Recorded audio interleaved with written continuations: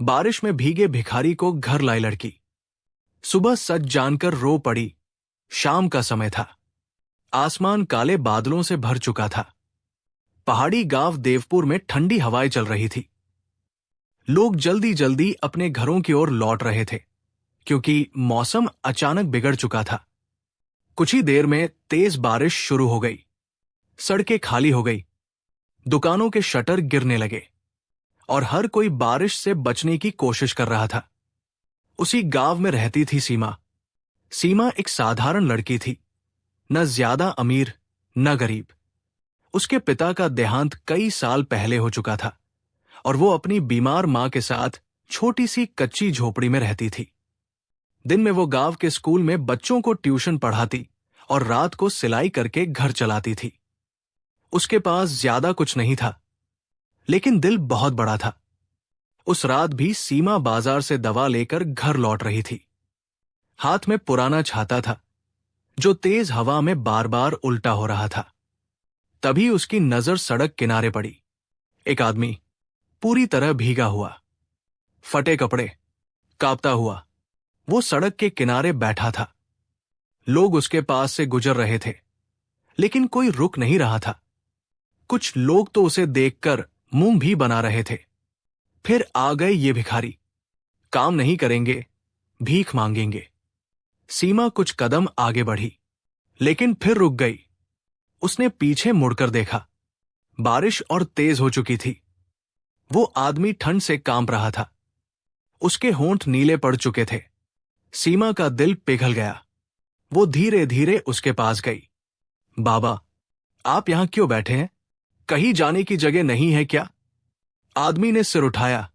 उसकी आंखों में अजीब सी थकान थी, जैसे बहुत कुछ खो चुका हो। धीमी आवाज आई, कोई जगह नहीं बेटी, रात काट लूंगा यहीं। सीमा ने चारों तरफ देखा। सड़क बिल्कुल सुनसान थी। कुछ पल वो सोचती रही, फिर अचानक बोली, ऐसे बैठेंगे तो मर जाएंगे, चलिए मेरे घर। आदमी चौंक गया। नहीं, मैं परेशानी नहीं बनना चाहता। सीमा मुस्कुराई। मेरे घर में देने को ज्यादा कुछ नहीं है, लेकिन छत जरूर है। वो आदमी कुछ पल उसे देखता रहा, जैसे विश्वास ही न हो रहा हो। आखिर वो धीरे धीरे उठ खड़ा हुआ। झोपड़ी का दरवाजा। सीमा उसे अपने छोटे से घर ले आई। मां ने दरवाजा खोला तो सामने एक अजनबी आदमी देखकर घबरा गई। सीमा, ये कौन है? सीमा ने शांत आवाज में कहा। मां, बाहर बारिश में थे, मर जाते ठंड से। मां ने एक पल आदमी को देखा, फिर बेटी को। गरीबी ने उन्हें कठोर नहीं बनाया था। उन्होंने दरवाजा पूरा खोल दिया। अंदर आ जाइए। घर छोटा था। एक चारपाई, एक चूल्हा, दीवारों पर सीलन, लेकिन वहां अपनापन था। सीमा ने उसे सूखे कपड़े दिए, जो उसके पिता के पुराने कपड़े थे। आदमी कपड़े बदलकर आया तो मां ने गरम चाय दे दी। उसने कांपते हाथों से कप पकड़ लिया। शायद कई दिनों बाद किसी ने उसे इंसान समझा था। उसकी आंखें भर आई। सीमा ने जल्दी से दाल रोटी बनाई। घर में बस 3 रोटियां थी। मां ने अपनी रोटी भी उस आदमी की थाली में रख दी। आदमी बोला, आप लोग क्या खाएंगे? सीमा हंस दी। हम रोज खाते हैं, आज आप खा लीजिए। वो चुप हो गया। हर निवाले के साथ उसकी आंखें नम होती जा रही थी, जैसे खाना नहीं, सामान खा रहा हो। रात गहरी हो गई। सीमा और उसकी मां जमीन पर सो गई और उस आदमी को चारपाई दे दी। लेकिन वो सो नहीं पाया। छत से टपकती बूंदों को देखते हुए वो कुछ सोच रहा था। उसने जेब से एक छोटा सा पुराना लॉकेट निकाला।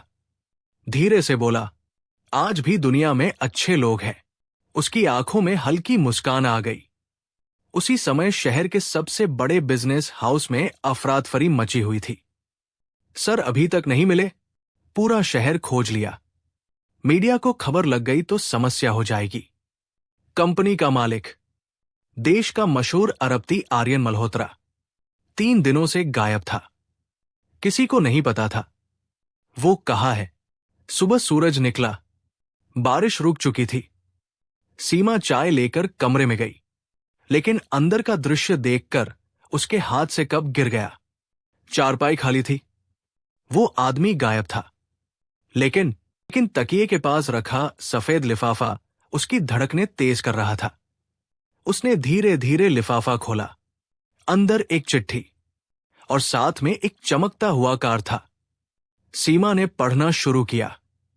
प्रिय बेटी सीमा, कल रात तुमने एक अजनबी को नहीं, इंसानियत को सहारा दिया।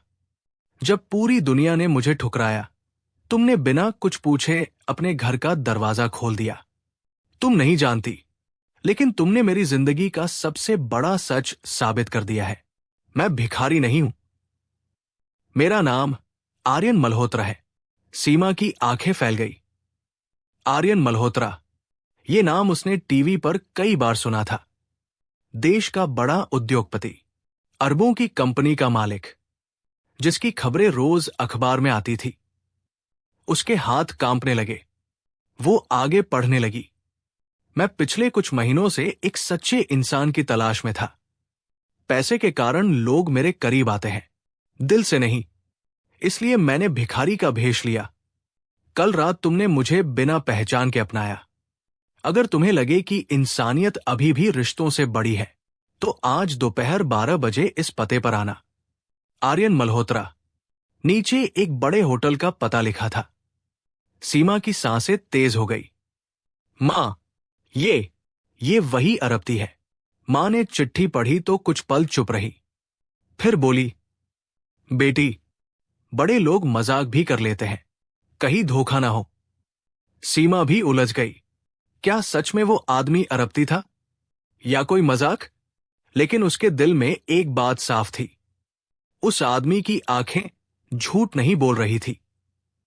सीमा ने अपनी सबसे साधारण सलवार कमीज पहनी, पुरानी चप्पल, सादा दुपट्टा। दिल में डर और सवाल लेकर वो बस में बैठ गई। पूरे रास्ते वो सोचती रही, अगर ये सच हुआ तो, और अगर झूठ हुआ तो। बस शहर पहुंची। उसने सामने देखा, एक विशाल 5 स्टार होटल। दरवाजे पर बड़ी बड़ी गाड़ियां, सूट पहने लोग, सिक्योरिटी गार्ड। सीमा के कदम रुक गए। उसे लगा वो यहां की नहीं है। वो वापस मुड़ने लगी। तभी पीछे से आवाज आई, मैडम, क्या आप सीमा जी हैं? एक सिक्योरिटी ऑफिसर उसके सामने खड़ा था। सीमा घबरा गई। जी हां, गार्ड तुरंत सम्मान से बोला, सर आपका इंतजार कर रहे हैं। पूरा स्टाफ अचानक उसे सम्मान से देखने लगा। सीमा समझ ही नहीं पा रही थी कि हो क्या रहा है। उसे लिफ्ट से ऊपर ले जाया गया। दरवाजा खुला और सामने वही आदमी खड़ा था, लेकिन अब फटे कपड़े नहीं, महंगा सूट, साफ चेहरा, आत्मविश्वास भरी मुस्कान। सीमा स्तब्ध रह गई। आप? आर्यन हल्का मुस्कुराया। हाँ सीमा, कल रात वाला भिखारी। सीमा की आंखों से आंसू निकल आए। आपने ऐसा क्यों किया? आर्यन खिड़की की ओर देखते हुए बोला, क्योंकि मैं थक गया था नकली लोगों से। उसने धीरे धीरे अपनी कहानी बतानी शुरू की। आर्यन की शादी तय हुई थी। लड़की खूबसूरत थी, अमीर परिवार से, लेकिन शादी से पहले उसे पता चला लड़की सिर्फ उसकी संपत्ति चाहती थी। उस दिन पहली बार उसे एहसास हुआ, उसके पास सब कुछ है, लेकिन सच्चा रिश्ता नहीं। तब उसने फैसला लिया, वो अपनी पहचान छुपाकर लोगों को परखेगा। कई शहर, कई गांव, लेकिन हर जगह अपमान मिला। किसी ने पानी तक नहीं दिया। फिर बारिश वाली रात सीमा मिली। आर्यन ने गंभीर आवाज में कहा, तुम पहली इंसान हो जिसने मुझे बिना नाम और पैसे के अपनाया। कमरे में खामोशी छा गई।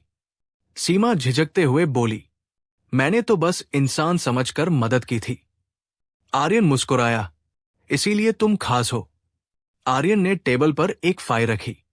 सीमा, मैं तुम्हें नौकरी देना चाहता हूं। सीमा चौंक गई। नौकरी? हां, मेरी कंपनी में, और मैं चाहता हूं कि तुम कुछ समय मेरे साथ काम करो। सीमा उलझ गई। उसे बड़े शहर से डर लगता था, लेकिन घर की हालत, मां की बीमारी, सब उसकी आंखों के सामने आ गया। उसने धीरे से कहा, मुझे सोचने का समय चाहिए। आर्यन ने सिर हिलाया, जितना चाहो। लेकिन सीमा नहीं जानती थी, आर्यन सिर्फ नौकरी नहीं दे रहा था, वो उसकी जिंदगी की सबसे बड़ी परीक्षा शुरू करने वाला था। और इस परीक्षा के बाद उन दोनों की किस्मत हमेशा के लिए बदलने वाली थी। सीमा पूरी रात सो नहीं पाई। एक तरफ उसकी छोटी सी दुनिया थी, बीमार मां, टूटा घर, साधारण जीवन, और दूसरी तरफ था एक अरबती की कंपनी में काम करने का मौका। सुबह मां ने धीरे से पूछा, क्या सोच रही है बेटी? सीमा चुप रही, फिर बोली, मां, डर लग रहा है, वो दुनिया हमारी नहीं है। मां मुस्कुराई, बेटी, इंसान की अच्छाई हर जगह चलती है, जा, कोशिश कर। मां की बात सुनकर सीमा ने फैसला कर लिया। कुछ दिनों बाद सीमा शहर आ गई। आर्यन की कंपनी, मल्होत्रा ग्रुप, 20 मंजिला इमारत, कांच की दीवारें, तेजी से चलते लोग। सीमा खुद को बेहद छोटा महसूस कर रही थी। रिसेप्शन पर उसका नाम पहले से दर्ज था, वेलकम मिस सीमा। यह सुनकर वो और घबरा गई। उसे सीधे आर्यन के केबिन में ले जाया गया। आर्यन मुस्कुराया, welcome to your new journey. Seema बोली, लेकिन मुझे ऑफिस का कोई अनुभव नहीं है। आर्यन ने कहा, मुझे अनुभव नहीं, इंसान चाहिए। ऑफिस में खबर फैल चुकी थी, गांव की लड़की सीधे चेयरमैन के साथ काम करेगी। कुछ लोग हैरान थे, कुछ जल रहे थे, सबसे ज्यादा परेशान थी रिया कपूर, कंपनी की सीनियर मैनेजर। रिया कई सालों से आर्यन के करीब आने की कोशिश कर रही थी। उसे लगता था कि एक दिन वो कंपनी की मालकिन बनेगी, लेकिन अचानक सीमा का आना उसे पसंद नहीं आया। रिया ने ताना मारा, गांव से आए हो, यहां टिकना आसान नहीं। सीमा ने शांत जवाब दिया, मैं सीखने आई हूं। रिया हल्का सा हंस दी। उसे लगा, ये लड़की ज्यादा दिन नहीं टिकेगी। एक दिन ऑफिस में बड़ी मीटिंग थी, विदेशी क्लाइंट आने वाले थे। आर्यन ने अचानक कहा, प्रेजेंटेशन सीमा तैयार करेगी। पूरा स्टाफ चौंक गया। रिया गुस्से से भर गई, सर, इसे कुछ आता भी है? आर्यन शांत रहा, सीख जाएगी। सीमा के हाथ कांपने लगे। उसे कंप्यूटर तक ठीक से चलाना नहीं आता था, लेकिन उसने हार नहीं मानी। पूरी रात ऑफिस में बैठकर सीखती रही। चपरासी रामू काका ने मदद की। यूट्यूब वीडियो देखकर, नोट्स बनाकर वो मेहनत करती रही। रात के 2 बजे आर्यन ऑफिस लौटा। उसने देखा सीमा अब भी काम कर रही थी, थकी हुई, लेकिन हार नहीं मानी। आर्यन धीरे से बोला, घर नहीं गई? सीमा मुस्कुराई, काम अधूरा छोड़ना अच्छा नहीं लगता। उस पल आर्यन की आंखों में सम्मान झलक उठा। उसे समझ आ गया, ये लड़की अलग है। अगले दिन मीटिंग शुरू हुई। सीमा डरते हुए स्टेज पर गई। पहले उसकी आवाज कांपी, लेकिन फिर आत्मविश्वास आ गया। उसने इतनी सादगी से बातें समझाई कि विदेशी क्लाइंट प्रभावित हो गए। मीटिंग खत्म होते ही तालियां गूंज उठीं। डील फाइनल हो गई। पूरा ऑफिस हैरान था। रिया का चेहरा उतर चुका था। रिया ने फैसला कर लिया, सीमा को हटाना ही होगा। कुछ दिनों बाद कंपनी के महत्वपूर्ण दस्तावेज गायब हो गए और सबूत सीमा के सिस्टम में मिले। पूरे ऑफिस में हड़कंप मच गया। रिया बोली, सर, मैंने पहले ही कहा था, भरोसा मत कीजिए। सीमा रो पड़ी, मैंने कुछ नहीं किया। आर्यन चुप था। कमरे में सन्नाटा था। फिर उसने कहा, सच सामने आएगा। लेकिन उसी शाम सीमा ने खुद इस्तीफा दे दिया। मैं आपकी वजह से बदनाम नहीं होना चाहती। वो ऑफिस छोड़कर चली गई। आर्यन उसे जाते हुए देखता रह गया। उस रात आर्यन मुस्कुरा रहा था, क्योंकि ये सब एक परीक्षा थी। असल में दस्तावेज उसने खुद हटवाए थे। वो देखना चाहता था सीमा पैसे और पद के लिए लड़ती है या सम्मान के लिए छोड़ देती है। और सीमा ने सब कुछ छोड़ दिया। लेकिन आर्यन नहीं जानता था सीमा के जाने के बाद उसकी जिंदगी में ऐसा तूफान आने वाला है जो सब कुछ बदल देगा। मां ने पूछा, क्या हुआ बेटी, नौकरी छोड़ाई? सीमा ने मुस्कुराने की कोशिश की। हम उस दुनिया के लोग नहीं हैं मां। लेकिन रात को जब मां सो गई, सीमा चुपचाप रोने लगी। उसे नौकरी का दुख नहीं था, दुख था विश्वास टूटने का। जिस इंसान पर उसने भरोसा किया, उसी की कंपनी में उस पर चोरी का आरोप लगा। अगली सुबह मल्होत्रा ग्रुप में इमरजेंसी मीटिंग बुलाई गई। सभी कर्मचारी मौजूद थे। रिया आत्मविश्वास से बैठी थी। उसे यकीन था अब सीमा हमेशा के लिए बाहर हो चुकी है। तभी आर्यन अंदर आया। उसका चेहरा गंभीर था। उसने स्क्रीन ऑन की और सीसीटीवी फुटेज चल पड़ी। कमरे में सन्नाटा छा गया। वीडियो में साफ दिखाई दिया रिया रात को सीमा के सिस्टम में फाइल कॉपी कर रही थी। पूरा ऑफिस स्तब्ध रह गया। रिया घबरा गई। सर, मैं आर्यन की आवाज सख्त हो गई। बस, गलती सिर्फ तुम्हारी नहीं, मेरी भी है। सब हैरान थे। आर्यन बोला, क्योंकि मैंने एक सच्चे इंसान की परीक्षा लेने के लिए यह पूरा खेल रचा। पूरा स्टाफ एक दूसरे को देखने लगा और उस परीक्षा में सीमा जीत गई। रिया को तुरंत नौकरी से निकाल दिया गया। लेकिन आर्यन के चेहरे पर खुशी नहीं थी, क्योंकि जिसे साबित करना था वो जा चुकी थी। उसी शाम आर्यन खुद कार लेकर देवपुर गांव पहुंचा। पूरा गांव हैरान था। इतनी महंगी गाड़ी पहले कभी नहीं देखी थी। बच्चे पीछे पीछे दौड़ने लगे। आर्यन सीधे सीमा की झोपड़ी के सामने रुका। सीमा बाहर आई और उसे देखकर स्तब्ध रह गई। आप यहां? आर्यन की आंखों में पछतावा था। मुझे माफ कर दो सीमा। सीमा शांत आवाज में बोली, गलती मेरी थी। मैंने बड़ी दुनिया पर भरोसा कर लिया। आर्यन ने सिर झुका लिया। नहीं, गलती मेरी थी। मैंने तुम्हें परखा, जबकि तुम पहले ही सच्ची थी। उसने पूरी सच्चाई बता दी। परीक्षा, साजिश, सब कुछ। सीमा की आंखों से आंसू बहने लगे। तो मेरा विश्वास भी टेस्ट था? आर्यन चुप हो गया। कुछ पल बाद बोला, हां, लेकिन अब नहीं। आर्यन ने जेब से एक छोटा डिब्बा निकाला। पूरा गांव इकट्ठा हो चुका था। वो धीरे से बोला, सीमा, मैंने जिंदगी में बहुत पैसा कमाया है, लेकिन पहली बार किसी इंसान का दिल जीता हुआ देखा है।